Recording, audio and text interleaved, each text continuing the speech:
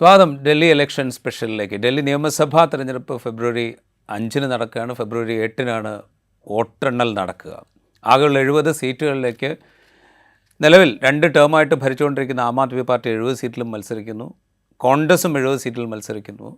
ഭരണം പിടിച്ചെടുക്കാൻ ശ്രമിക്കുന്ന കോൺഗ്രസും ബി ജെ പിയും ഭരണം പിടിച്ചെടുക്കാൻ ശ്രമിക്കുന്നു. ബി ജെ പി 68 സീറ്റിലും ബാക്കി 2 സീറ്റുകളിൽ ഘടകകക്ഷികളായ JDUവും രാംവിലാസ് പാസ്വാൻ്റെ LJPയും മത്സരിക്കുന്നു. ഇതാണ് മത്സരിക്കുന്ന കക്ഷികളുടെ പ്രധാനപ്പെട്ട കക്ഷികളുടെ സീറ്റ് നില എന്ന് വേണമെങ്കിൽ പറയാം. നമ്മളിവിടെ എന്താണ് ഡൽഹി നിയമസഭയിൽ ഈ തെരഞ്ഞെടുപ്പിലെ സാധ്യതകൾ എന്നാണ് പരിശോധിക്കുന്നത്. നമുക്കൊപ്പം ഉള്ളത് രാജ്യത്ത് തന്നെ ഏറ്റവും സീനിയർ ആയിട്ടുള്ള ജേർണലിസ്റ്റുകളാണ്. ഒന്ന് എഴുത്തിൻ്റെ മാനേജിംഗ് എഡിറ്ററായിട്ടുള്ള വെങ്കടേഷ് രാമകൃഷ്ണൻ, മറ്റൊന്ന് മാതൃഭൂമിയുടെ ന്യൂഡൽഹി ബ്യൂറോ ചീഫായിട്ടുള്ള മനോജ് മേനോൻ. സ്വാഗതം ഈ സ്പെഷ്യൽ ഡിബേറ്റിലേക്ക്. ഞാൻ ആദ്യം മനോജ്, ഈ 2015 ഡൽഹിയിൽ തെരഞ്ഞെടുപ്പ് നടക്കുമ്പോൾ 2014 ലോക്സഭാ തെരഞ്ഞെടുപ്പിൽ നരേന്ദ്രമോദിയുടെ വിജയം, നരേന്ദ്രമോദി തരംഗം രാജ്യത്താകെ നിലനിൽക്കുന്നു. അപ്പോൾ ഡൽഹി എന്തായാലും BJP പിടിക്കും എന്നുള്ളൊരു ഫീൽ ഉണ്ടായിരുന്നു. പക്ഷേ 67 സീറ്റിൽ AP ജയിച്ചുകൊണ്ട് അരവിന്ദ് കെജ്രിവാൾ അധികാരത്തിലെത്തുന്നു. 2020 സമാനമായ സാഹചര്യം. നരേന്ദ്രമോദി കൂടുതൽ ഭൂരിപക്ഷത്തോടെ കേന്ദ്രത്തിൽ അധികാരത്തിൽ വരുന്നു. ഇത്തവണ എന്തായാലും BJP പിടിക്കും എന്നുള്ളൊരു ഫീലുണ്ടാവുന്നു.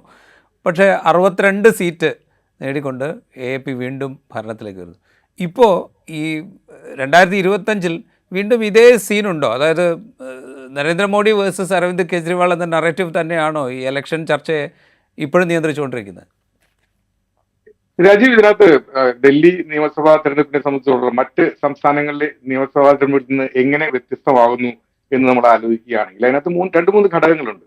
ഒന്ന്, 2012 മുതൽ ഈ ഡൽഹിയിൽ നിലനിൽക്കുന്ന അല്ലെങ്കിൽ രാജ്യ തലസ്ഥാനത്ത് നിലനിൽക്കുന്ന ബദൽ സംവിധാനം, ഒരു ബദൽ രാഷ്ട്രീയം എന്ന് ഞാൻ പറയാൻ മടിക്കുന്നു. അതിനപ്പുറം ഒരു ബദൽ സംവിധാനം എന്നോ ബദൽ സങ്കല്പമോ എന്ന് പറയാവുന്ന ഒരു വ്യവസ്ഥ നിലനിൽക്കുന്നു. 2012 മുതൽ, കൃത്യമായിട്ട് പറഞ്ഞാൽ 2012 വർഷം, അതായത് 12 വർഷവും 57 ദിവസവും, 12 വർഷവും 57ാമത്തെ ദിവസമാണ്. അപ്പോൾ ആം ആദ്മി പാർട്ടി രൂപീകരിച്ച ശേഷം അങ്ങനത്തെ ഒരു രാഷ്ട്രീയ വ്യവസ്ഥ അല്ലെങ്കിൽ രാഷ്ട്രീയ സംവിധാനം നിലനിൽക്കുന്നു.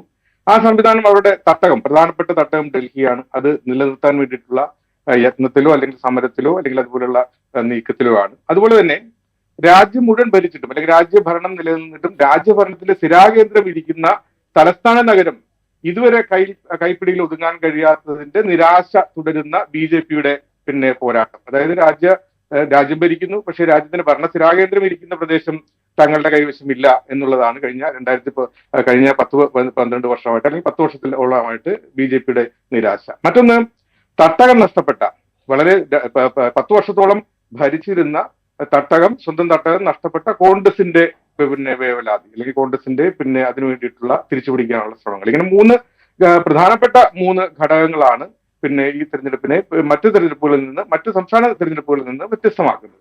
ഇതിലേറ്റവും പ്രധാനപ്പെട്ടത് 12 വർഷമായിട്ട് ഇരിക്കുന്ന രാഷ്ട്രീയ വ്യവസ്ഥയുടെയോ അല്ലെങ്കിൽ സംവിധാനത്തിന്റെയോ ഒരു ഹിതപരിശോധന.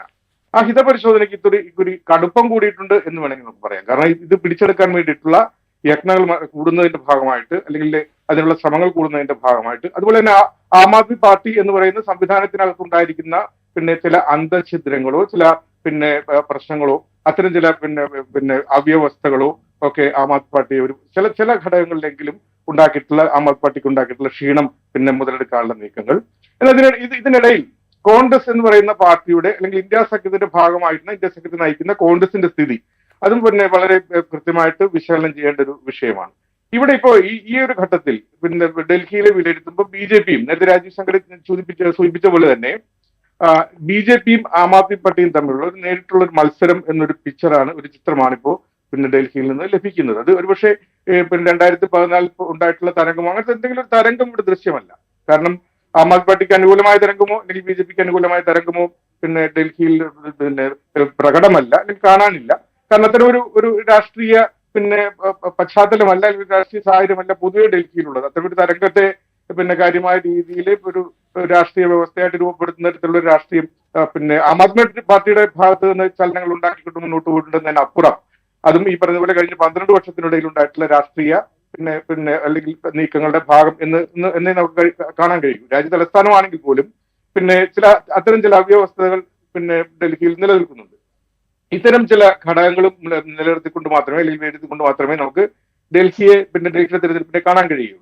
2020 നിന്ന് വ്യത്യസ്തമാകുന്നത് ഒരുപക്ഷെ ഞാൻ ഈ നേരത്തെ പറഞ്ഞതുപോലെ അഴിമതിക്കെതിരെ രൂപം കൊണ്ടിട്ടുള്ള ഒരു സംവിധാനം. അഴിമതി എന്ന് പറയുന്ന വളരെ റൊമാൻറ്റിക് ആയിട്ടുള്ള, വളരെ കാൽപ്പനികമായിട്ടുള്ള, അല്ലെങ്കിൽ വളരെ വിശാലമായിട്ടുള്ള ഒരു സങ്കല്പത്തിനെതിരെയുള്ള പോരാട്ടം എന്ന നിലയിൽ വന്ന ഒരു രാഷ്ട്രീയ സംവിധാനം, അതിനകത്തുണ്ടായിരിക്കുന്ന ഒരുപക്ഷെ അഴിമതി ആരോപണം നേരിട്ടുകൊണ്ടിരിക്കുന്ന ഒരു സംവിധാനമായിട്ട് രൂപപ്പെടുകയും അതിന്റെ ഹിതപരിശോധന അല്ലെങ്കിൽ അതിന്റെ വിചാരണയ്ക്ക് വിധേയമാവുകയും ചെയ്യുന്ന ഒരു തെരഞ്ഞെടുപ്പ് കൂടിയാണിത്. അപ്പൊ അതും ഒരു പ്രധാനപ്പെട്ട ഘടകമാണ്. ഇപ്പോൾ ആം ആദ്മി പാർട്ടി 2012 രൂപപ്പെട്ടെന്ന് നമുക്കറിയാം.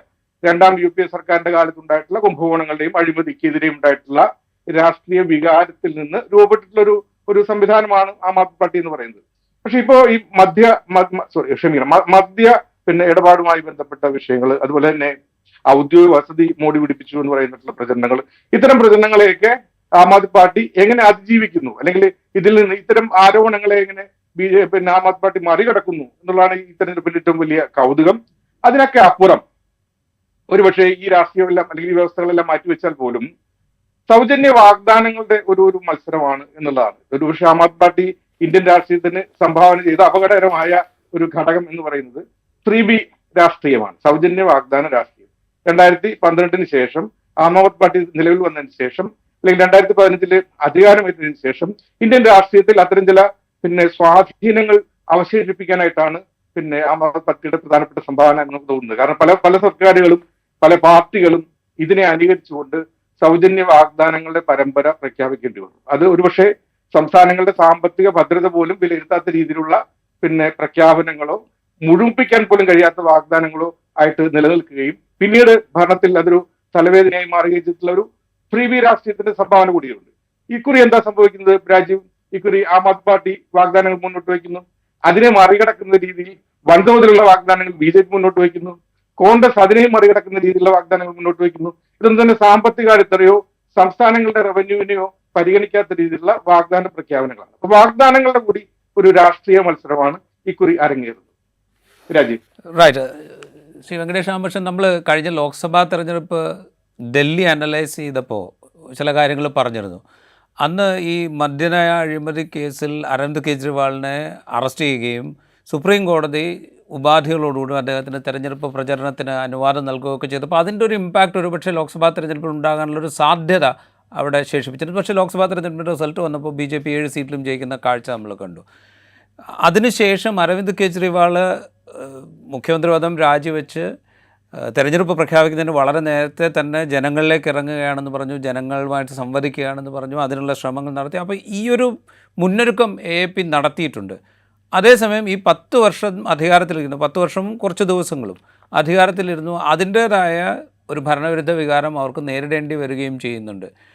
ഈ അരവിന്ദ് കെജ്രിവാളിനെ സംബന്ധിച്ച് ഞാൻ AAPയേക്കാൾ കൂടുതൽ അരവിന്ദ് കെജ്രിവാൾ എന്ന് പറയുന്ന ഒരു നേതാവിനെ സംബന്ധിച്ച് എത്രത്തോളം പ്രധാനപ്പെട്ട ഒരു ടെസ്റ്റാണ് ഇപ്പോൾ നടക്കുന്നത്? ഒരു സംശയമില്ല, അരവിന്ദ് കെജ്രിവാളിനെ സംബന്ധിച്ചിടത്തോളം ഒരു മേക്ക് ഓർ ബ്രേക്ക്.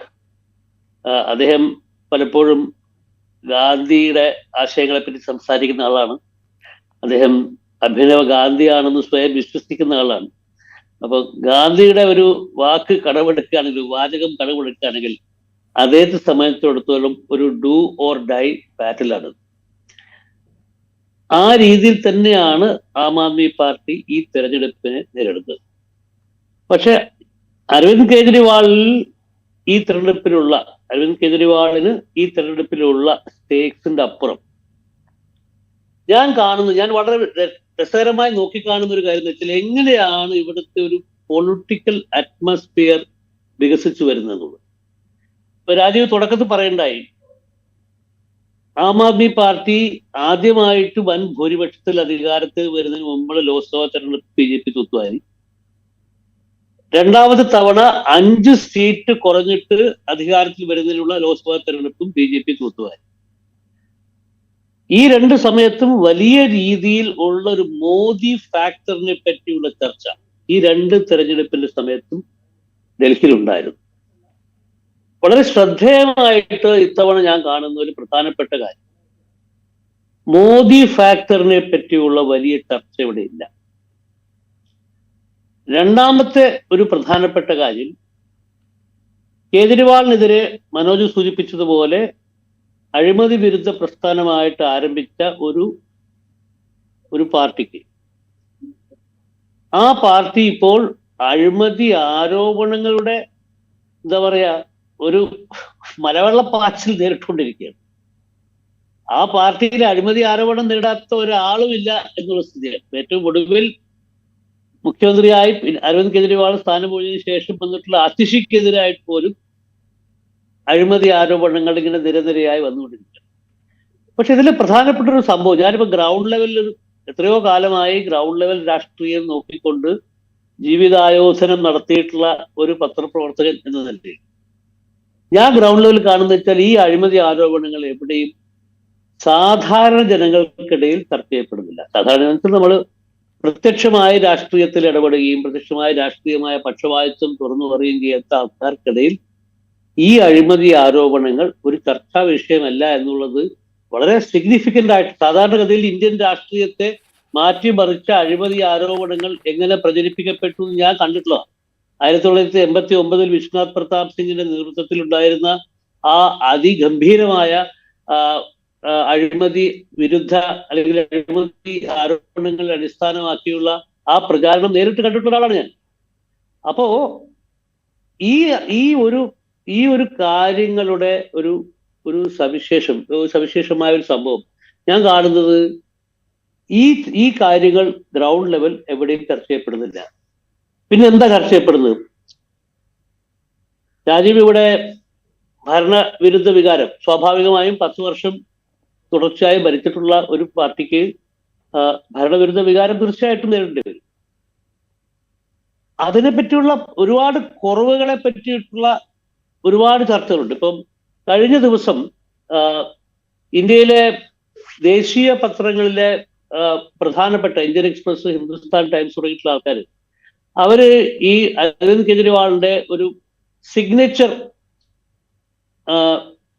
പ്രോഗ്രാം ആയിട്ടുള്ള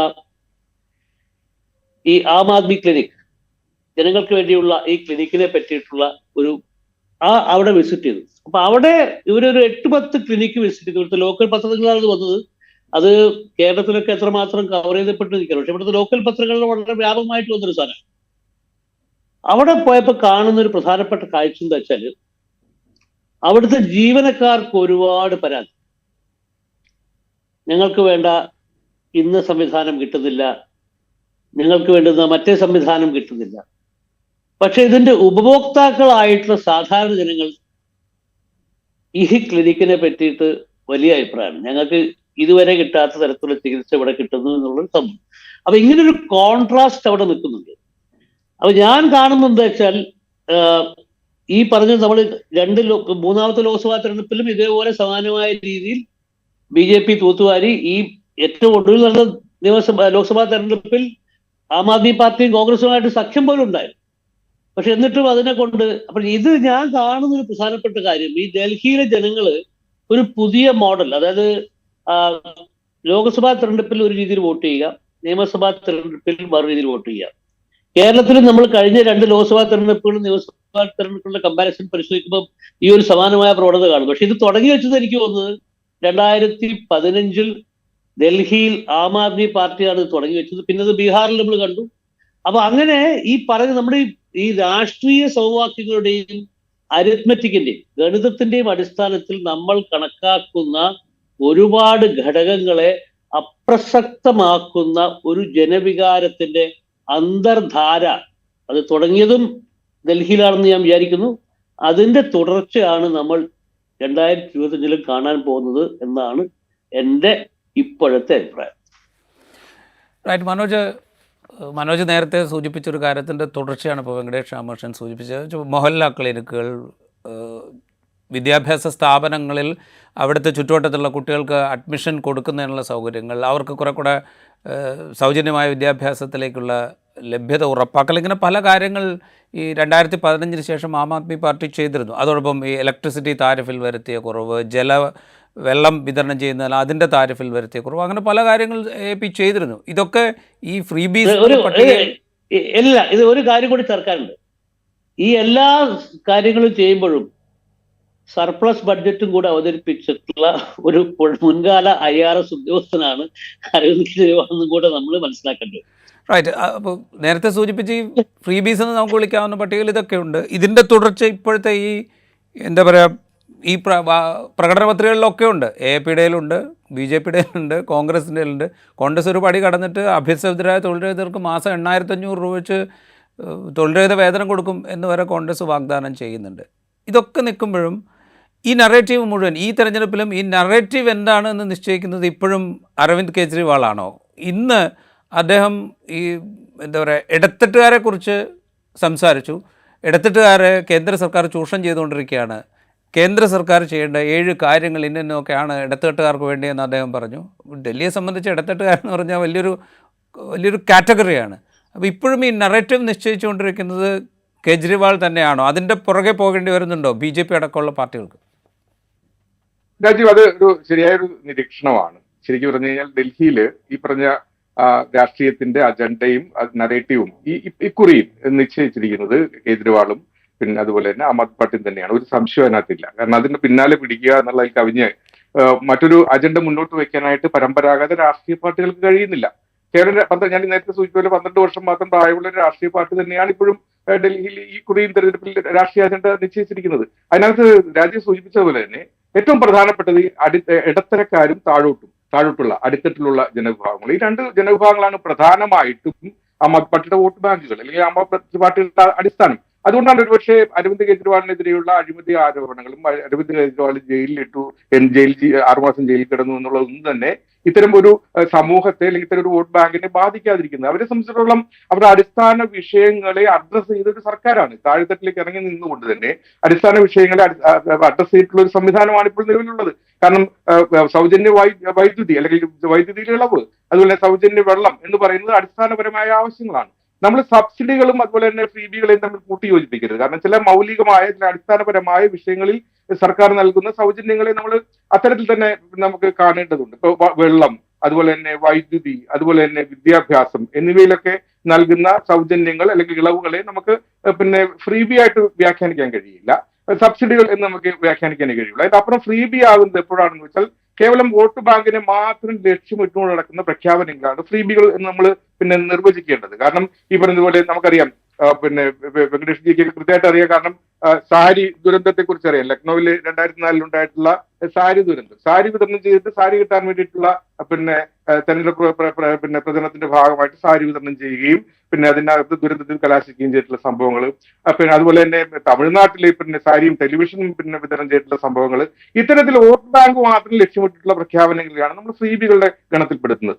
ഇപ്പോ രാജീവ് സൂചിപ്പിച്ചതുപോലെ തന്നെ, അല്ലെങ്കിൽ നമ്മൾ നേരത്തെ ചർച്ച ചെയ്തതുപോലെ തന്നെ, ഇപ്പോൾ നൽകുന്ന പല പ്രഖ്യാപനങ്ങളും ഈ പറയുന്ന പോലെ വാരിക്കോരിയുള്ള പ്രഖ്യാപനങ്ങൾ, ആ പ്രഖ്യാപനങ്ങൾ പലതും തന്നെ സബ്സിഡികളുമായിട്ട് ബന്ധപ്പെട്ടതല്ല, ടാർഗറ്റഡ് ആയിട്ടുള്ള ഓഡിയൻസിനെ അല്ലെങ്കിൽ ടാർഗറ്റഡ് ആയിട്ടുള്ള ഒരു വിഭാഗത്തെ ലക്ഷ്യമിട്ടിട്ടുള്ളതല്ല. അത് കേവലം വോട്ട് ബാങ്ക് രാഷ്ട്രീയം തന്നെയാണ്. പക്ഷേ ഈ വിഷയത്തിൽ പോലും അല്ലെങ്കിൽ ഇതുമായിട്ട് ബന്ധപ്പെടുന്ന വിഷയങ്ങളിൽ പോലും ആം ആദ്മി പാർട്ടി തന്നെയാണ് ഇത്തരത്തിലുള്ള അജണ്ട നിശ്ചയിക്കുന്നത്. കാരണം ആം ആദ്മി പാർട്ടിക്ക് വിരുദ്ധമായിട്ട്, ആം ആദ്മി പാർട്ടി സ്വീകരിച്ച സമീപനത്തിന് വിരുദ്ധമായിട്ട് ഒരു സമീപനം സ്വീകരിക്കാൻ ഈ പരമ്പരാഗത രാഷ്ട്രീയ പാർട്ടികൾക്ക് സാധിക്കുന്നില്ല എന്നുള്ളതാണ് ഏറ്റവും വലിയ വിഷയം. പക്ഷേ രാഷ്ട്രീയം ചിന്തിക്കുമ്പോൾ, അല്ലെങ്കിൽ ദീർഘകാല രാഷ്ട്രീയം ചിന്തിക്കുമ്പോൾ, അല്ലെങ്കിൽ അടിസ്ഥാനപരമായ രാഷ്ട്രീയം ചിന്തിക്കുമ്പോൾ ഇത്തരം സൗജന്യ വാഗ്ദാനങ്ങൾ രാഷ്ട്രീയത്തെ നിശ്ചയിക്കുന്നതിനകത്ത് അപകടങ്ങളുണ്ട്. ആ അപകടമാണ് ഞാൻ നേരത്തെ സൂചിപ്പിച്ചിരിക്കുന്നത്.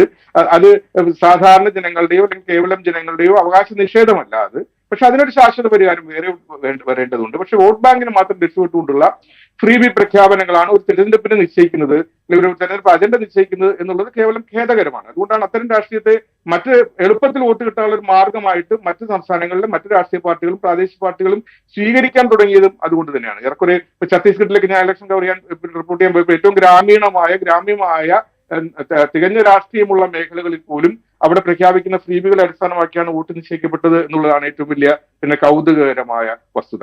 അതുപോലെ തന്നെ വെങ്കടേഷ് നേരത്തെ സൂചിപ്പിച്ച പോലെ തന്നെ 2 തരത്തിലാണ് 2015 ശേഷം ഡൽഹിയും ചിന്തിക്കുന്നത് 2 തരത്തിലാണ്. അതായത് ലോക്സഭയിലേക്ക് തുടർച്ചയായ 3 ഘട്ടങ്ങളിലും എല്ലാ സീറ്റുകളും പിന്നെ BJP വിജയിക്കുകയും എന്നാൽ സംസ്ഥാനത്തേക്ക് നടന്ന തെരഞ്ഞെടുപ്പുകളിൽ പിന്നെ ആം ആദ്മി പാർട്ടി വിജയിക്കുകയും ചെയ്തിട്ടുള്ള സാഹചര്യമാണ് ഡൽഹിയിൽ ഉണ്ടായിരിക്കുന്നത്. അത് ജനം 2 തരത്തിലാണ് ചിന്തിക്കുന്നത് എന്നുള്ളത് കൊണ്ട് തന്നെയാണ്. ഇവിടുത്തെ കോർപ്പറേഷൻ ഭരിക്കുന്നത് ആം ആദ്മി പാർട്ടിയാണ്. അപ്പൊ കോർപ്പറേഷന്റെ ഭരണവും അതുപോലെ തന്നെ ഈ മൊഹല്ല ക്ലിനിക്കുകൾ അടക്കമുള്ള അല്ലെങ്കിൽ ഇവിടുത്തെ സ്കൂളുകളിൽ വന്നിരിക്കുന്ന പരിഷ്കാരങ്ങൾ, അതുപോലെ തന്നെ ആരോഗ്യ മേഖലയിൽ വന്നിരിക്കുന്ന പരിഷ്കാരങ്ങൾ, അതുപോലെ തന്നെ ഞാൻ നേരത്തെ സൂചിപ്പിച്ച പോലെ തന്നെ അടിസ്ഥാന വിഷയങ്ങൾ ഉണ്ടായിട്ടുള്ള ഇളവുകൾ, ഇതൊക്കെ തന്നെ ജനങ്ങളെ സ്വാധീനിക്കുന്ന വിഷയങ്ങളാണ്. കാരണം നമ്മൾ കാണുമ്പോൾ ഡൽഹി എന്ന് പറയുന്നത് ഉപരി വർഗത്തിന്റെ മാത്രം ഒരു പിന്നെ പിന്നെ സ്വാധീനമുള്ള മേഖലയാണെന്ന് പുറത്തുനിന്ന് നോക്കുമ്പോൾ നമുക്ക് തോന്നും. പക്ഷേ ഡൽഹിയിൽ അടിസ്ഥാന വർഗങ്ങൾ, സ്ലമ്മുകളിൽ, ചേരികളിൽ ജീവിക്കുന്ന ആളുകളുടെ രാഷ്ട്രീയ നിശ്ചയം, അവരുടെ അസ്മിത, അവരുടെ ഒരു അഭിമാന ബോധം, അവരുടെ ഒരു രാഷ്ട്രീയ ബോധം, അല്ലെങ്കിൽ അവരുടെ ഒരു പിന്നെ വോട്ട് ചെയ്യാനുള്ള ഒരു താല്പര്യം, ഇതൊക്കെ തന്നെയാണ് ഇവിടുത്തെ ഡൽഹിയുടെ രാഷ്ട്രീയത്തെ നിശ്ചയിച്ചുകൊണ്ടിരിക്കുന്നത്. അതുകൊണ്ട് തന്നെയാണ് ആം ആദ്മി പാർട്ടിക്ക് പിന്നെ കേജ്രിവാളോ അല്ലെങ്കിൽ കേജ്രിവാളിനെ പോലത്തെ ഒരു നേതാവിനെയും ഉയർത്തിക്കൊണ്ട് തന്നെ മുന്നോട്ട് പോകാൻ സാധിക്കുന്നത്. മാത്രമല്ല കേജ്രിവാളിന് തുല്യനായ അല്ലെങ്കിൽ കേജ്രിവാളിനോട് മത്സരിക്കാവുന്ന തരത്തിലുള്ള ഒരു നേതാവിനെ മുന്നോട്ട് വയ്ക്കാൻ BJPക്കോ കോൺഗ്രസിനോ ഇക്കുറിയും സാധിച്ചിട്ടില്ല. കാരണം കേജ്രിവാളിന് അപ്പുറം ഒരു നേതാവില്ല എന്നുള്ള തലത്തിലേക്ക് പിന്നെ സംസ്ഥാന രാഷ്ട്രീയം നിലനിൽക്കുന്ന ഒരു സാഹചര്യമാണ് ഇപ്പോഴുള്ളത്. കാരണം BJPയിൽ ആരാണ് മുഖ്യമന്ത്രി സ്ഥാനാർത്ഥി എന്ന് വ്യക്തമല്ല, കോൺഗ്രസിൽ ആരാണ് മുഖ്യമന്ത്രി സ്ഥാനാർത്ഥി എന്ന് വ്യക്തമല്ല. എല്ലാവരും ആക്രമിക്കുന്നത് പിന്നെ കേജ്രിവാളിനെ തന്നെയാണ്. അതിനകത്ത് ഏറ്റവും വലിയ മറ്റൊരു രാഷ്ട്രീയം നമ്മൾ വായിക്കേണ്ടത് ഇന്ത്യ സഖ്യത്തിന്റെ ഒരു അവസ്ഥയാണ്. അത് വിശദമായ ചർച്ചയിലേക്ക് നമ്മൾ പോകുന്നുണ്ടെങ്കിൽ അതിലേക്ക് കടക്കാം. ഇന്ത്യ സഖ്യത്തിനകത്ത് പിന്നെ ഇന്ത്യ സഖ്യത്തെ നയിക്കുന്ന കോൺഗ്രസ് ആണ് തന്റെ സഖ്യകക്ഷിയായിട്ടുള്ള ആം ആദ്മി പാർട്ടിക്കെതിരെ ഏറ്റവും രൂക്ഷമായ ആക്രമണം നടത്തുന്നത്. കേജ്രിവാളിനെതിരെ ഏറ്റവും വലിയ രാഷ്ട്രീയ ആരോപണങ്ങൾ ഉന്നയിക്കുന്നത് രാഹുൽ ഗാന്ധിയാണ്. ഇന്നിപ്പോ രണ്ടാമത്തെ റാലി നടക്കുന്ന ദിവസമാണ്. കഴിഞ്ഞ റാലിയിൽ ഏറ്റവും സീലാംപൂരിൽ നടന്ന റാലിയിൽ ഏറ്റവും ശക്തമായിട്ട് കേജ്രിവാളിനെതിരെ വിമർശനം നടത്തിയത് രാഹുൽ ഗാന്ധിയാണ്. അപ്പോ ഇന്ത്യ സഖ്യത്തിന്റെ പിന്നെ നില എന്താണ് എന്നുള്ള ഒരു വലിയ രാഷ്ട്രീയ ചർച്ച ഇനി ബാക്കി നിൽക്കുന്നു. തുടർ നീക്കങ്ങൾ എന്തായിരിക്കും എന്നുള്ളതിനെ കുറിച്ചുള്ള വലിയ വിശദമായ വിചാരണ ബാക്കി നിൽക്കുന്നു. മാത്രമല്ല ഇന്ത്യ സഖ്യത്തിലെ സമാജ്വാദി പാർട്ടി, TMC, NC, അതുപോലെ തന്നെ NCP തുടങ്ങിയിട്ടുള്ള സഖ്യകക്ഷികളെല്ലാം പിന്തുണ കൊടുത്തിരിക്കുന്നത് കേജ്രിവാളിനാണ്, കോൺഗ്രസിനല്ല എന്നുള്ളതും കൂടി പിന്നെ വായിച്ചെടുക്കേണ്ടതാണ്. കാരണം ഇങ്ങനെയാണെങ്കിൽ ഇന്ത്യ സഖ്യം പിരിച്ചുവിടേണ്ടതാണ് എന്ന് പിന്നെ നാഷണൽ കോൺഫറൻസ് നേതാവ് അതുപോലെ ജമ്മു കാശ്മീർ മുഖ്യമന്ത്രിയായിട്ടുള്ള ഒമർ അബ്ദുള്ള പറഞ്ഞു. കാരണം ഒമർ അബ്ദുള്ളയ്ക്ക് ജമ്മുവിൽ കഴിഞ്ഞ ഇലക്ഷനിൽ കോൺഗ്രസിന്റെ സാന്നിധ്യം കൊണ്ട് തന്നെ കൈപൊള്ളിയ ഒരു അനുഭവം ഉള്ളത് കൊണ്ട് തന്നെയാണ് പിന്നെ ഒമർ അബ്ദുള്ള അത് പറയുന്നത്. അപ്പോൾ ഇന്ത്യ സഖ്യത്തിന്റെ രാഷ്ട്രീയവും പിന്നെ ഇതുമായിട്ട് ചേർത്ത് വായിക്കേണ്ടതാണ്. നിയമസഭാ തെരഞ്ഞെടുപ്പിനെ കേവലം നിയമസഭാ തെരഞ്ഞെടുപ്പിനെ മാത്രം ലക്ഷ്യമിട്ടാണോ ഇന്ത്യ സഖ്യം നിലനിൽക്കുന്നത് എന്ന ചർച്ചയും പിന്നെ ബാക്കി നിൽക്കുന്നുണ്ട്. പിന്നെ രാജീവ് റൈറ്റ്, മനോജ്, അതിലേക്ക് ഞാൻ വരാം. അതൊരു വിഷയം തന്നെയാണ്. ഞാൻ വെങ്കടേഷ് രാമകൃഷ്ണൻ നേരത്തെ സൂചിപ്പിച്ചതിൻ്റെ തുടർച്ച. അതിപ്പോൾ മോദി ഫാക്ടർ ഇത്തവണ ഡൽഹിയിൽ വലിയ തോതിൽ BJP പ്രൊജക്റ്റ് ചെയ്യുന്നില്ല എന്ന് താങ്കൾ സൂചിപ്പിച്ചല്ലോ. മോദി ഏതാണ്ട് 4-5 രാഷ്ട്രീയ പ്രചാരണ റാലികളിൽ ഈ ജനുവരി 26-ന് ശേഷം പങ്കെടുക്കുമെന്ന് BJP വക്താവിൻ്റെ പ്രസ്താവന കഴിഞ്ഞ ദിവസം ഉണ്ടായിരുന്നു. അതിന് മുമ്പ് ഒരു വലിയ റാലിയിൽ അദ്ദേഹം പങ്കെടുക്കുകയും ചെയ്തിട്ടുണ്ട്. അതേസമയം യോഗി ആദിത്യനാഥ് കൂടുതൽ മീറ്റിങ്ങുകളിൽ അവിടെ പങ്കെടുക്കുന്നുണ്ട്. BJP പ്രധാനമായും താഴെത്തട്ടിൽ കോർണർ മീറ്റിങ്ങുകളിലാണ് ശ്രദ്ധ കേന്ദ്രീകരിക്കുന്നത് എന്നും ആ പാർട്ടി വിശദീകരിക്കുന്നുണ്ട്. BJPയെ സംബന്ധിച്ച് സംഘടന വളരെ ശക്തമാണ്. അവർക്ക് സ്പെൻഡ് ചെയ്യാൻ പണം ധാരാളമുണ്ട്, നേതാക്കളുടെ ബാഹുല്യമുണ്ട്. പക്ഷേ നമ്മൾ ഈ മറ്റ് സംസ്ഥാനങ്ങളിലെ തെരഞ്ഞെടുപ്പുകളൊക്കെ സംസാരിച്ചപ്പോൾ മുമ്പ് ഇപ്പോൾ കർണാടകയൊക്കെ സംസാരിച്ചപ്പോൾ പറഞ്ഞ ലോക്കൽ ലീഡർഷിപ്പിന് ഒരു പ്രാധാന്യം കൊടുക്കാതിരിക്കുക എന്നൊരു തന്ത്രം, അത് ഇത്തവണ ഡൽഹിയിൽ അവർ ആവർത്തിക്കുകയാണോ? പ്രാദേശിക നേതാക്കൾ ഒരു തലപ്പൊക്കമുള്ള നേതാവിനെ അവതരിപ്പിക്കാതിരിക്കുക എന്നുള്ളത് ഹരിയാനയിൽ നമ്മൾ കണ്ടതുപോലെ ആ തന്ത്രം ഡൽഹിയിൽ വീണ്ടും പരീക്ഷിക്കുകയാണോ? അപ്പോൾ ഈ സെൻട്രൽ ലീഡർഷിപ്പിനെ തന്നെ ഫോക്കസ് ചെയ്യുക, അവർ പ്രത്യക്ഷത്തിൽ ഇറങ്ങുന്നില്ലെങ്കിൽ പോലും ഇതാണ് നേതൃത്വം എന്നൊരു സന്ദേശം നൽകിക്കൊണ്ട് തന്നെയാണോ അവർ തെരഞ്ഞെടുപ്പിനെ നേരിടുന്നത്? അല്ല, അതില് നമ്മൾ ഈ വ്യക്തിപരമായിട്ടുള്ള നേതൃത്വത്തിന്റെ മാത്രം തലത്തിൽ ഈ BJPയുടെ തന്ത്രത്തെ കാണുന്ന സ്ഥിതി ഹരിയാന, മഹാരാഷ്ട്ര തെരഞ്ഞെടുപ്പുകൾക്ക് ശേഷം അത് കഴിഞ്ഞു എന്നാണ്. BJP നമ്മൾ എന്തൊക്കെ പറഞ്ഞാലും BJP എന്ന് പറഞ്ഞാൽ BJPയെ മാത്രമായിട്ട് നമുക്ക് കാണാൻ പറ്റില്ല. BJP എന്ന് പറഞ്ഞാൽ സംഘപരിവാർ എന്ന് പറയുന്ന 1925 മുതൽ ഇന്ത്യയിൽ ഏറിയും കുറഞ്ഞുമുള്ള രാഷ്ട്രീയ സാമൂഹിക സ്വാധീനം ഉണ്ടാക്കിക്കൊണ്ടിരിക്കുന്ന ഒരു വലിയ രാഷ്ട്രീയ പ്രസ്ഥാനത്തിന്റെ ഒരു ഭാഗമാണ് BJP. അപ്പൊ അതുകൊണ്ട് തന്നെ ഇത് വളരെ ക്രിയാത്മകമായിട്ട് ഹിന്ദുത്വ രാഷ്ട്രീയത്തെ സംബന്ധിച്ചിടത്തോളം ഞാൻ പറയുന്നത് സമൂഹത്തിന്റെ തലത്തിൽ ക്രിയാത്മകമാണെന്നല്ല, ഹിന്ദുത്വ രാഷ്ട്രീയം മുന്നോട്ട് കൊണ്ടുപോകാൻ വേണ്ടി എന്തൊക്കെയാണോ ക്രിയാത്മകമായിട്ട് ചെയ്യേണ്ടത് അതൊക്കെ ചെയ്യുന്ന ഒരു പാർട്ടിയാണ് BJP. അത് ഹരിയാനയിലാണ് നമുക്ക് ഏറ്റവും വലിയ ഞെട്ടുണ്ടാക്കിയത്. ഹരിയാനയിൽ ഞാൻ അടക്കമുള്ള ആൾക്കാർ റിപ്പോർട്ട് ചെയ്തത് മോദി എന്ന് പറയുന്ന ഘടകം അവിടെ ഇല്ലാതായിരിക്കുന്നു, മോദിയെ പറ്റി ആരും സംസാരിക്കുന്നില്ല, BJPയുടെ പ്രവർത്തകർ പോലും സംസാരിക്കുന്നില്ല എന്ന് ഞാൻ തന്നെ എഴുതിയിട്ടുള്ളതാണ്, അതിനെപ്പറ്റി ഞാൻ സംസാരിച്ചിട്ടുള്ളതാണ്. പക്ഷേ ഇങ്ങനെ മോദിയെ വിഡ്രോ ചെയ്യുന്ന സമയത്ത്, മോദി എന്ന് പറഞ്ഞ ഘടകത്തെ വിഡ്രോ ചെയ്യുന്ന സമയത്ത് തന്നെ അവർ വളരെ ശ്രദ്ധേയമായിട്ട് ചെയ്തിട്ടൊരു കാര്യം എന്ന് വെച്ചാൽ, എങ്ങനെ ഗ്രാസ് റൂട്ട്സിൽ ബൂത്ത് ബൈ ബൂത്ത് ആയിട്ട് എങ്ങനെ കോൺഗ്രസിന്റെ പ്രചാരണം പ്രധാനമായും ജാട്ടുകളെ കേന്ദ്രീകരിച്ചിട്ടാണെങ്കിൽ എങ്ങനെ ജാട്ട് ഇതര സമൂഹങ്ങളെ ഒരുമിപ്പിച്ച് കോൺഗ്രസിനെതിരെ കൊണ്ടുവരാൻ പറ്റുമെന്നുള്ള ഒരു പരീക്ഷണം ബൂത്ത് അടിസ്ഥാനത്തിൽ നടക്കുകയും അതിന് രാജീവ് പറഞ്ഞതുപോലെ വലിയ രീതിയിലുള്ള സാമ്പത്തികവും മറ്റു തരത്തിലുള്ള സ്രോതസ്സുകൾ ഉപയോഗിക്കുകയും ചെയ്തിട്ട് സംഭവമുണ്ട്. ഡൽഹിയിലും അത് തന്നെയാണ്. അത് പക്ഷേ ഈ തെരഞ്ഞെടുപ്പിൽ മാത്രമല്ല, ഇതിന് മുമ്പത്തെ തെരഞ്ഞെടുപ്പിലും BJP ചെയ്തത് തന്നെ. ബേസിക്കായിട്ടെന്ന് വെച്ചാല് അവര് ആദ്യത്തെ തെരഞ്ഞെടുപ്പിൽ തോറ്റുപോയ സമയത്ത് അവർ കിരൺ ബേദിയെയാണ് പിന്നെ അവരുടെ മുഖ്യമന്ത്രി സ്ഥാനാർത്ഥിയെ ഉയർത്തി കണ്ടു. പിന്നീട് സുഷമ സ്വരാജിനെ മത്സരിപ്പിച്ചുകൊണ്ട് മുഖ്യമന്ത്രി സ്ഥാനാർത്ഥിയെ പ്രൊജക്ട് ചെയ്തുകൊണ്ട് ശ്രമിച്ചു. ഇത് രണ്ടും വർക്ക് ചെയ്തില്ല. അപ്പൊ അതുകൊണ്ട് തന്നെയാണ് ഇത്തവണ അവരൊരു മുഖ്യമന്ത്രി സ്ഥാനാർത്ഥിയെ പ്രൊജക്ട് ചെയ്തത്. പക്ഷെ ഇത് പറയുമ്പോഴും ഞാൻ പറയുന്നു, ഈ ഗ്രൗണ്ട് ലെവൽ ആം ആദ്മി പാർട്ടിയുടെ കൂടെ നിൽക്കുന്ന വളരെ പിന്നോക്ക ജാതി വിഭാഗങ്ങളെ, ദളിത് വിഭാഗങ്ങളെ ഒക്കെ സ്വാധീനിക്കാനുള്ള വളരെ സംഘടിതമായ പ്രവർത്തനം അത് വലിയ രീതിയിൽ യുവാക്കളെ അണിനിരത്തിക്കൊണ്ട് നടത്തും. ഇന്നലെ പോലും ഞാൻ കണ്ടിട്ടുള്ള പ്രധാനപ്പെട്ട കാര്യം, നേരത്തെ ആം ആദ്മി പാർട്ടി ഉണ്ടായിരുന്ന ഒരു ദളിത് നേതാവ്, അദ്ദേഹം മന്ത്രിയായിരുന്നു, അദ്ദേഹം പുറത്തുപോയി. അദ്ദേഹത്തിന്റെ അനുയായികളെ വെച്ചുകൊണ്ട് അരവിന്ദ് കെജ്രിവാൾ എന്ന് പറയുന്ന മനുഷ്യൻ ദളിത് വിരുദ്ധനാണ് എന്ന് പറയുന്ന രീതിയിലുള്ള പ്രചാരണം മുന്നോട്ട് നയിച്ചുകൊണ്ട്, അപ്പൊ ഇങ്ങനെ രീതിയിലുള്ള ഈ മൈക്രോ മാനേജ്മെന്റിന്റെ തലത്തിൽ വളരെ ശ്രദ്ധേയമായ ഇടപെടലുകൾ നടത്തിക്കൊണ്ടിരിക്കുന്നുണ്ട് BJPയും സംഘപരിവാറും. പക്ഷേ ഹരിയാനയിലെ കോൺഗ്രസോ മഹാരാഷ്ട്രയിലെ കോൺഗ്രസോ അല്ല ആം ആദ്മി പാർട്ടി എന്നുള്ളതാണ് ഒരു പ്രധാനപ്പെട്ട കാര്യം. ആ പാർട്ടിയിൽ ഒരുപാട്, ഞാൻ ആ പാർട്ടിയെ വളരെ ക്ലോസ് ആയിട്ട് അതിന്റെ സ്ഥാപനത്തിന് മുമ്പ് തന്നെ, അരവിന്ദ് കെജ്രിവാളും രാഷ്ട്രീയത്തിലേക്ക് വരില്ല എന്ന് പറയുന്ന സമയം മുതൽ രാഷ്ട്രീയത്തിലേക്ക് വരികയും രാഷ്ട്രീയ പാർട്ടി ഉണ്ടാക്കുകയും ചെയ്ത സമയം മുതൽ വളരെ ക്ലോസ് ആയിട്ട് വാച്ച് ചെയ്യുന്നൊരു ആളാണ്. ആം ആദ്മി പാർട്ടിയും നമ്മുടെ ഹിന്ദി ഹാർട്ട്ലാൻഡിലെയും മറ്റു സ്ഥലങ്ങളിലെയും ദക്ഷിണേന്ത്യയിൽ അതിൽ കൂടുതൽ ദക്ഷിണേന്ത്യയിൽ ഒരുപാട് ശക്തമായ കാഡർ പാർട്ടികളുണ്ട്. DMK ഉണ്ട്, CPM ഉണ്ട്. ഒരു തരത്തിൽ കർണാടകയിലെ കോൺഗ്രസും കേരളത്തിലെ കോൺഗ്രസും ഒക്കെ ഒരുതരം കാഡർ സ്വഭാവമുള്ള അണികളുള്ള പാർട്ടികളാണ്. പക്ഷേ ഉത്തരേന്ത്യയിലെ പാർട്ടികൾ അങ്ങനെ ഒരു കാഡർ സ്വഭാവമുള്ള അണികളുള്ള പാർട്ടികൾ വളരെ ചുരുക്കമാണ്. മുലായം സിംഗിന്റെ കാലത്ത് സമാജ്വാദി പാർട്ടി അങ്ങനെയായിരുന്നു. ലാലു പ്രസാദ് യാദവ് നിയന്ത്രിച്ചിരുന്ന കാലത്ത് രാഷ്ട്രീയ ജനതാദൾ അങ്ങനെയായിരുന്നു. പക്ഷെ ഇപ്പൊ അങ്ങനെ പറയാം, ഈ പുതിയ തലമുറ നേതൃത്വം സമാജ്വാദി പാർട്ടിയിലും രാഷ്ട്രീയ ജനതാദളും അങ്ങനെ കാഡർ സ്വഭാവത്തിന് വലിയ പ്രാധാന്യം കൊടുക്കുന്ന ആൾക്കാരല്ല. പക്ഷേ ആം ആദ്മി പാർട്ടി അങ്ങനെയല്ല. ആം ആദ്മി പാർട്ടിയെ പറ്റി ഞാൻ കാണുന്ന ഒരു പ്രധാനപ്പെട്ട കാര്യം എന്ന് വെച്ചാൽ, ആ പാർട്ടിയുടെ എല്ലാ ഏറ്റക്കുറച്ചുകൾക്കുമിടയിലും ആ പാർട്ടിയുടെ കാഡർ ഇപ്പോഴും ശക്തമാണ് എന്നുള്ളത് വളരെ ശ്രദ്ധേയമായ വളരെ പ്രധാനപ്പെട്ട ഒരു കാര്യമാണ്.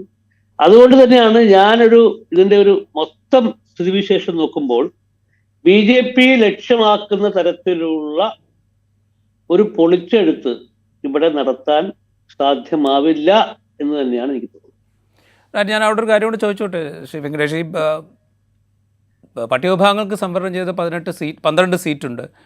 BJP സോഷ്യൽ എഞ്ചിനീയറിങ്ങിൻ്റെ കാര്യത്തിൽ എങ്ങനെയാണ് മറ്റ് സംസ്ഥാനങ്ങളിൽ പ്രകടനം കാഴ്ചവെച്ചതെന്ന് നമുക്ക് അറിയാം.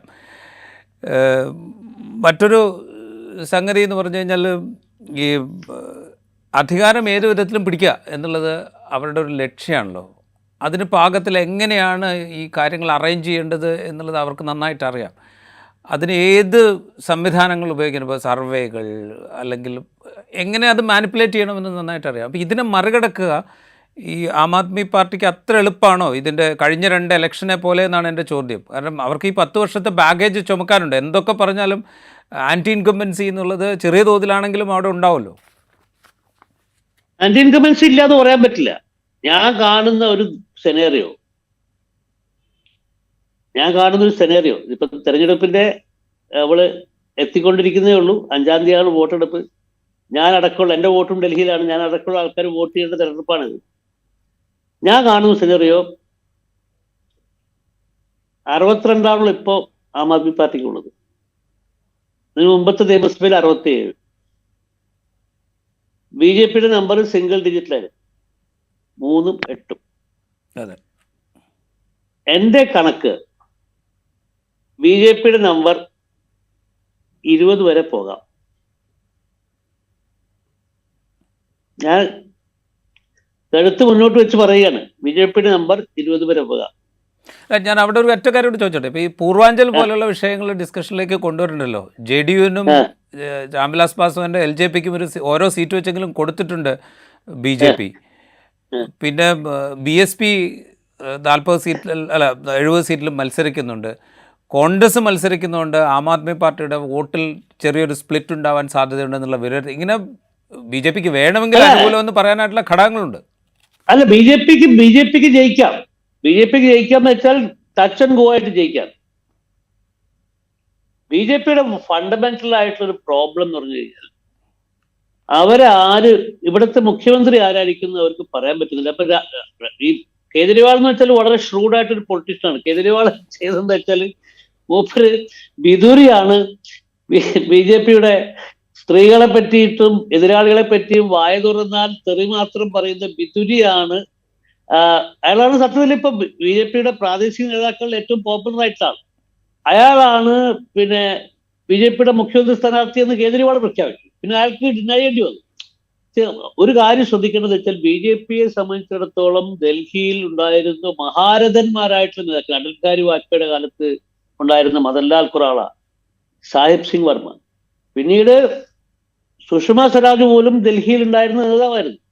അപ്പൊ അതിന്റെ ഒരു പ്രശ്നം അവിടെ ബാക്കി നിൽക്കുന്നുണ്ട്. പിന്നെ നമ്മൾ ഈ പറയുന്ന വ്യവസ്ഥാപിതമായ കണക്കൂട്ടലുണ്ടല്ലോ, അത് ഡൽഹി ഇപ്പൊ ഈ പറഞ്ഞ വോട്ട് സ്പ്ലിറ്റിന്റെ പ്രശ്നം, കോൺഗ്രസ് മത്സരിച്ചു കഴിഞ്ഞാലുള്ള പ്രശ്നം, ബഹുജൻ സമാജ് പാർട്ടി മത്സരിച്ചാലുള്ള പ്രശ്നം, ഇതെല്ലാം ഇത്തരം കണക്കുകൂട്ടലുകളെല്ലാം പൊളിച്ചിട്ടുള്ള ഒരു ഇലക്ടറേറ്റ് ആണ് ഡൽഹിയിലെ ഇലക്ടറേറ്റ്.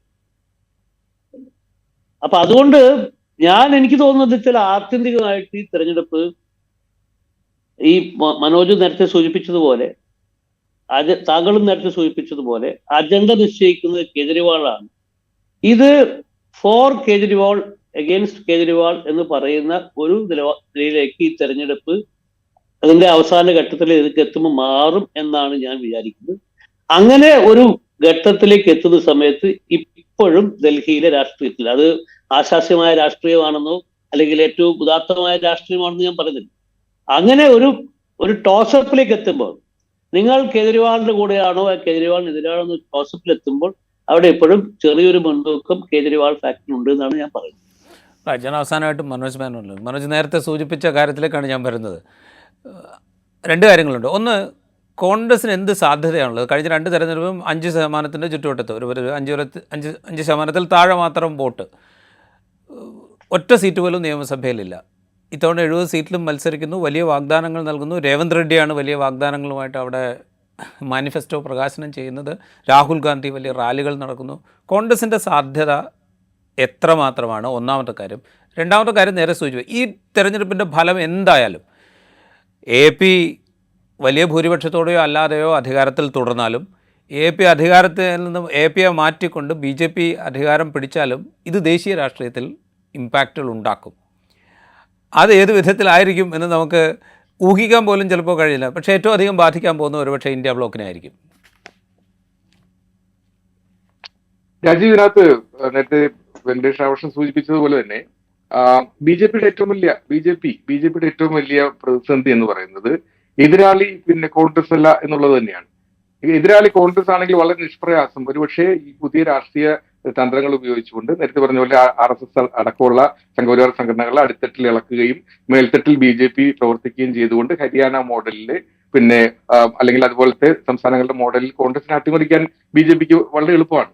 പക്ഷെ ഇത് ഈ പറഞ്ഞതുപോലെ വളരെ വ്യത്യസ്തമായ ഒരു രാഷ്ട്രീയ സംവിധാനമായ ആം ആദ്മി പാർട്ടിയെ നേരിടാൻ BJPക്ക് സാധിക്കുന്നില്ല. BJPക്ക് വളരെ സങ്കീർണമാണ് BJPയുടെ സമീപനം. കാരണം വെച്ചാൽ ഈ പറഞ്ഞതാണ് അതിന്റെ പ്രതിസന്ധി. കാരണം പുതിയൊരു സംവിധാനം, പുതിയൊരു സംഘം മുന്നോട്ട് വെച്ചുകൊണ്ട് നിലനിൽക്കുന്ന ഒരു രാഷ്ട്രീയ സംവിധാനത്തെ നേരിടാൻ പരമ്പരാഗതമായ രീതിയിൽ അല്ലെങ്കിൽ അതിനോട് ചേർന്ന് നിൽക്കുന്ന രീതിയിൽ BJPക്ക് സാധിക്കുന്നില്ല.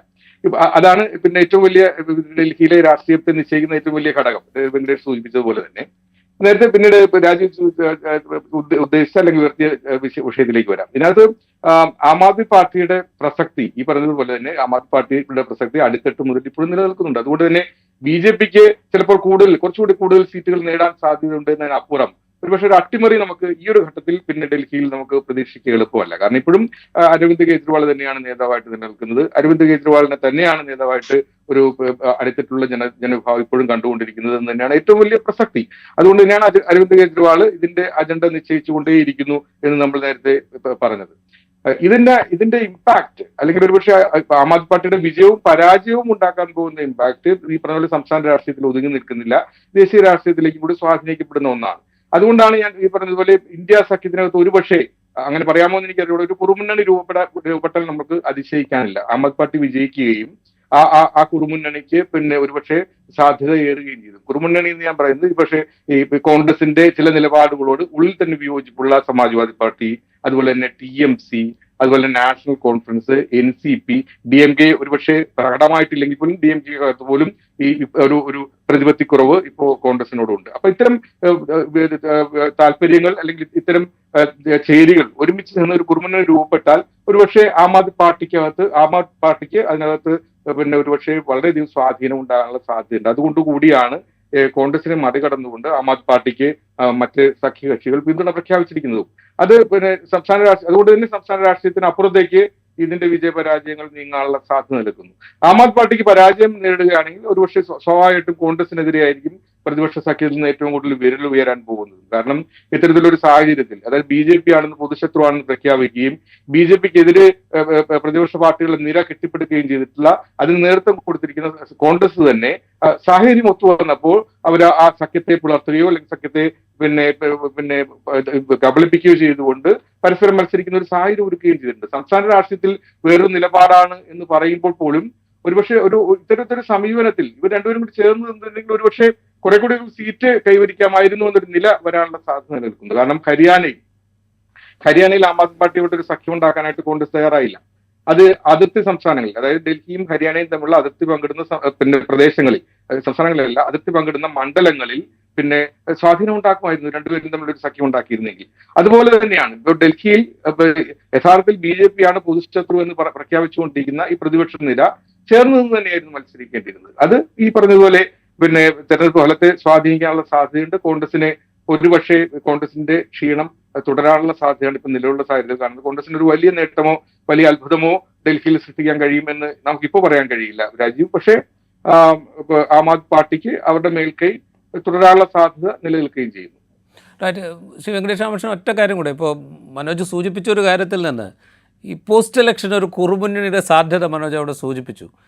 പോസ്റ്റ് ഇലക്ഷനിൽ ആം ആദ്മി പാർട്ടി തരക്കേടില്ലാത്തൊരു വിജയം നേടുകയാണെങ്കിൽ ഈ പ്രതിപക്ഷ നിരയിൽ 2 സംസ്ഥാനങ്ങളിൽ ഭരണമുള്ള ഏക പാർട്ടിയായിട്ട് ആം ആദ്മി പാർട്ടി മാറും. ഈ പറയുന്ന പാർട്ടികളൊക്കെ എടുത്തു കഴിഞ്ഞാൽ ആ ഒരു ഘട്ടം വന്നാൽ അരവിന്ദ് കെജ്രിവാളിൻ്റെ വലിപ്പം വർദ്ധിക്കും, അദ്ദേഹത്തിൻ്റെ ഒരു റോൾ ഒരു പക്ഷേ മാറാൻ സാധ്യതയുണ്ട്. അങ്ങനെയൊക്കെ ഡ്രമാറ്റിക് ആയിട്ടുള്ള ചേഞ്ചസിനുള്ള ഒരു സാധ്യത അവിടെ നിലനിൽക്കുന്നുണ്ടോ? അല്ല, ഇപ്പൊ രണ്ട് സംസ്ഥാനങ്ങളിൽ ഭരണമുള്ള പാർട്ടിയാണല്ലോ കഴിഞ്ഞ ലോക്സഭാ തെരഞ്ഞെടുപ്പിലെ പോകുമ്പോഴും ആം ആദ്മി പാർട്ടി അല്ലേ. 2024 ലോക്സഭാ തെരഞ്ഞെടുപ്പ് പുതുതായിട്ട് നടക്കാൻ പോകുന്ന കാര്യമില്ല. ബേസിക് ആയിട്ട് ഇത് ഈ രാഷ്ട്രീയ യാഥാർത്ഥ്യങ്ങളെ പറ്റിയൊക്കെ ഒരുപക്ഷെ ഏറ്റവും കൂടുതൽ ഒരുപക്ഷെ എന്നെക്കാളും രാജീവിനേക്കാളും മനോജിനേക്കാളും ഒക്കെ വളരെ കൃത്യമായിട്ട് അളന്നു മുറിച്ചിട്ടുള്ള ധാരണയുള്ള ഒരു രാഷ്ട്രീയ നേതാവാണ് അരവിന്ദ് കെജ്രിവാൾ. അയാൾ ഇടയ്ക്കിടയ്ക്ക് അയാൾക്ക് ഉണ്ടായിരുന്ന അയാളുടെ ചുമൽ വലിപ്പത്തിനേക്കാളും കൂടുതൽ വലിപ്പമുണ്ട്, അയാളുടെ നെഞ്ചളവ് വളരെ കൂടുതലാന്ന് കാണിക്കാൻ വേണ്ടുന്നത് അതൊക്കെ രാഷ്ട്രീയ തന്ത്രത്തിന്റെ ഭാഗമായിട്ടാണ്. അല്ലാതെ അയാൾ ഈ തെരഞ്ഞെടുപ്പ് ജയിച്ചാലും അയാൾ എവിടെയാണ് ദേശീയ രാഷ്ട്രീയത്തിൽ നിൽക്കുന്നതെന്ന് അയാൾക്ക് കൃത്യമായിട്ട് അറിയാം. അയാൾ ഒരു അഖിലേഷ് യാദവിനേക്കാളോ ഒരു തേജസ്വി യാദവിനേക്കാളോ അല്ലെങ്കിൽ മമതാ ബാനർജിയേക്കാളോ, അഖിലേഷ് യാദവ് എന്ന് പറയുമ്പോൾ ലോക്സഭയിൽ 35-ൽ പരം സീറ്റുകളുള്ള ഒരു പാർട്ടിയുടെ നേതാവാണെന്ന് ഓർമ്മിക്കുന്നു. അപ്പൊ അയാളെക്കാളൊന്നും മോളല്ല എന്നുള്ള കാര്യം അരവിന്ദ് കെജ്രിവാളിന് കൃത്യമായിട്ട് അറിയാം. പിന്നെ നിങ്ങൾ ഈ കുറുമുന്നണിയുടെ കാര്യം പറഞ്ഞു, കുറുമുന്നണി ഇപ്പൊ തന്നെ ഉണ്ടായി കഴിഞ്ഞു. ഈ തെരഞ്ഞെടുപ്പിനെ പറ്റി കൂടെ പറയാവുന്ന ആത്യന്തികമായിട്ട് പറയാവുന്ന ഒരു കാര്യം, ആം ആദ്മി പാർട്ടി തിരിച്ചു വന്നാലും ഭാരതീയ ജനതാ പാർട്ടി ഡൽഹിയിൽ അധികാരത്തിൽ പിടിച്ചാലും നഷ്ടം ഒരു പാർട്ടിക്കേ ഉള്ളൂ. നഷ്ടം ഉണ്ടാവാൻ പോകുന്ന പാർട്ടി കോൺഗ്രസ് ആണ്. ആ പാർട്ടിക്ക് ഇതിനെപ്പറ്റി കൃത്യമായിട്ട് വല്ല ധാരണയുണ്ടോ എന്നുള്ള കാര്യം പോലും നമുക്കറിയാത്ത തരത്തിലാണ് നമ്മൾ രാഷ്ട്രീയ പത്രപ്രവർത്തകർ.